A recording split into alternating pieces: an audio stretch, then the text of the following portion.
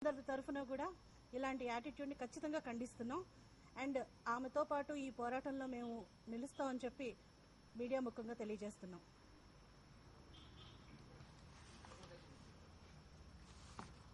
మహిళలకు ఎంతో ప్రాధాన్యం ఇవ్వాలి, మహిళలు అన్ని రంగాల్లో ఎదగాలి అని ఒక పక్కన మనం కృషి చేస్తూ, మరోవైపు మహిళలను ఎదిగే వారిని ఎలా దిగజార్చాలి అన్న దుష్ప్రచారాలతో ఈ విధంగా సమాజంలో మహిళలకి కనీస గౌరవం లేకుండా ఇలాంటి సైబర్ క్రైమ్స్ చేయడము నిజంగా చాలా దురదృష్టం.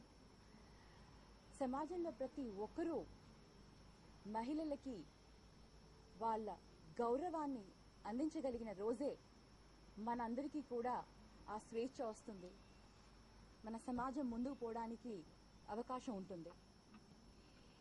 ఎదిగే వారిని, స్పెషల్లీ మహిళలను అభినందించి వాళ్ళు ముందుకు వెళ్ళి సొసైటీకి ఇంకా చాలా చేయగలిగేలాగా ప్రోత్సహించాలి. కానీ వాళ్ళని దిగజారిపోయేలాగా వాళ్ళని డిస్కరేజ్ చేసి ఇటువంటి ప్రచారాలు చేయడం నిజంగా బాధాకరం.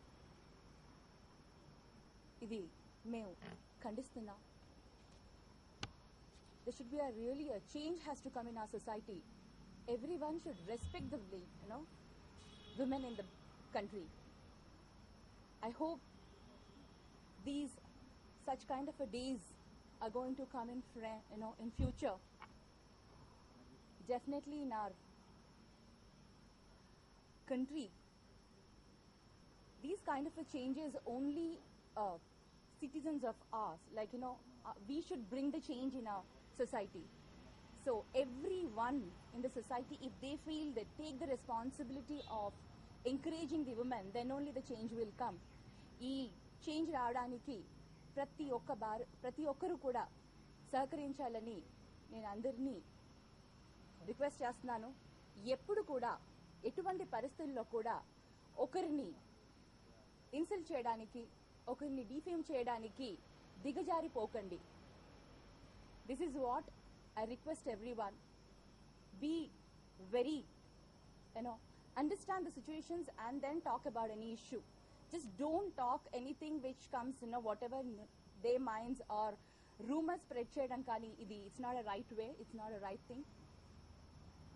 So I request everyone to respect ladies and respect women in the country.